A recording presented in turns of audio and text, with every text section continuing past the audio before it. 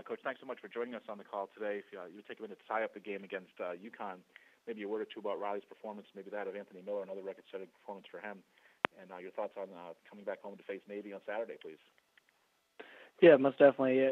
Really excited and proud of our guys for the way that we came out and responded against UConn. Having to go back on the road, we had a short week. Our guys really came out, and I thought prepared with a wonderful purpose. Offensively, it was exciting to see those guys get into a rhythm.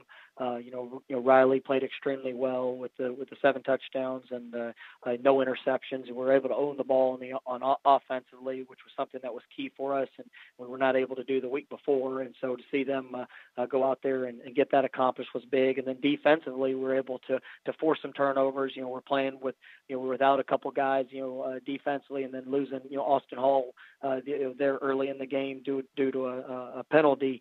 We had some new guys that also had to step up, and I thought the defense did a great job. Gave up a couple early plays, but really settled in and created some big takeaways.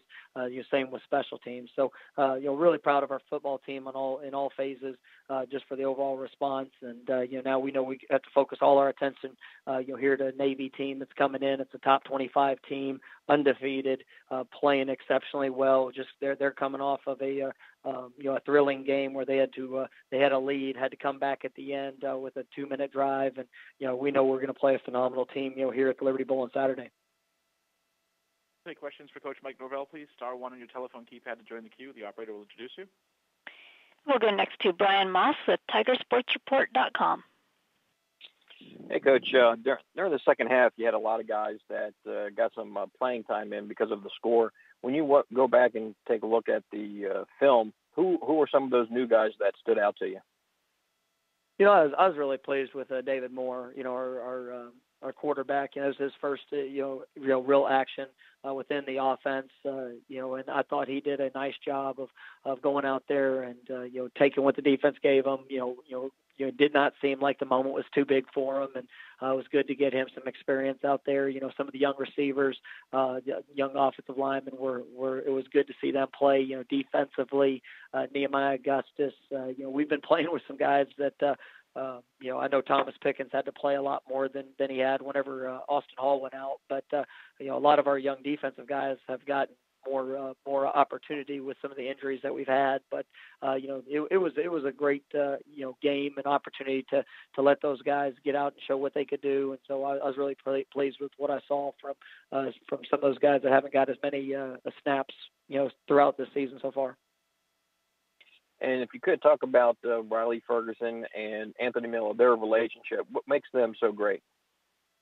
They both work, and you can have the best relationship in the world, but if you don't go out there and put the work in to get your timing down, to be able to have a great sense of what the other one's going to do, or where we're going to locate a football, those are all things that come through hours and hours of individual work, and a lot of that was done over the summer when no coaches could be on the field. They had to take the time to make sure that they were building that relationship. And so they're two phenomenal young men that have a great passion for this game, and they're willing to put in the work to get on the same page to perfect their craft. And I thought that showed up many times there on Friday night. I appreciate your time. Thanks, Brian. We'll go next to Ava Wallace with the Washington Post. Hi there, Coach. You're obviously one of the younger coaches in the country, but in the AAC and the conference, you're one of kind of a few of Major Applewhite and Scott Frost of kind of younger, fresher faces. I'm wondering your thoughts on being one of those kind of younger guys in the conference, and if that's a good thing for the conference, either from a level of competition standpoint or from a reputation standpoint, just to have a bunch of kind of fresh faces every year. It's definitely, a great honor to be a head coach in this conference because, I've got a tremendous respect for all the head coaches. And you look at guys that, have gotten an early opportunity to lead a program, and just the overall talent and success that a lot of the programs in the American Conference have had here in the recent years it definitely presents a challenge, but it's also an exciting brand of football. Every coach that you mentioned, plus you look at the coaches that are a little bit further along in their careers and very well established, it provides such a different dynamic. I mean, you look at what Coach Fritz, Coach Niumatalolo, obviously Chad Morris. I mean, all these guys that, regardless of where they are in their coaching career and how many years they've been a head coach, I mean, they all provide a different dynamic and exciting football. So I think more than just the age of any one coach, I think just the innovative minds that are within this conference makes it what's so much fun and obviously a great challenge. Great, thank you. We'll go next to Bill Wagner with the Baltimore Sun Media Group.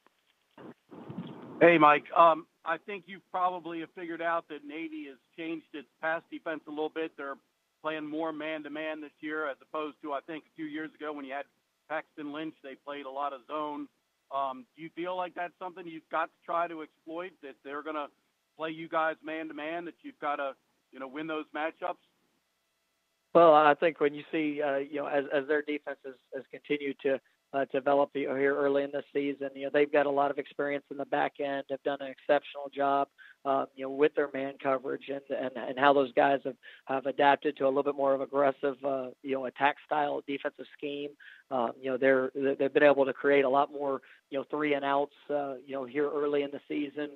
They've been able to create a lot. It seems to be a lot more negative plays and impacting the quarterback. And so, we know that this game's going to come down to being able to manage the pressure. Anytime that the team does play man, you have to go and work to win those one-on-one opportunities that you're going to get. But it also presents a lot of challenges just because of the pressure they've been able to get to the quarterback and changing up the different run fits and all those things that they've been able to implement throughout different presentations defensively. And last for me, I mean, Navy has shown that they've got a nice weapon at all 3 of the key spots. AB, the quarterback's having a phenomenal year running the ball. Chris High, the fullback, has been pretty tough inside with getting on the dive, and then this Malcolm Perry kid has emerged as a real playmaker. Just your thoughts on some of the skill position guys that Navy puts out? Yeah, it's very impressive, and I mean, like you mentioned, you have to defend the entire field. You have to, obviously everything starts with having to try to stop the dive to the quarterback, to the pitch, and then be accountable to all the play actions that are thrown. And then when you look at the game against Air Force, they come out in a totally different offensive presentation and did a great job executing that as well. So there are a lot of challenges in prepping for not only just the scheme but the overall talent of each one of the guys that run that scheme. And I think when you're averaging 412 yards a game rushing, I mean it leaves for a lot of sleepless nights for any defensive coordinator and trying to just figure out how to stop it. But there's definitely a lot of explosive playmakers.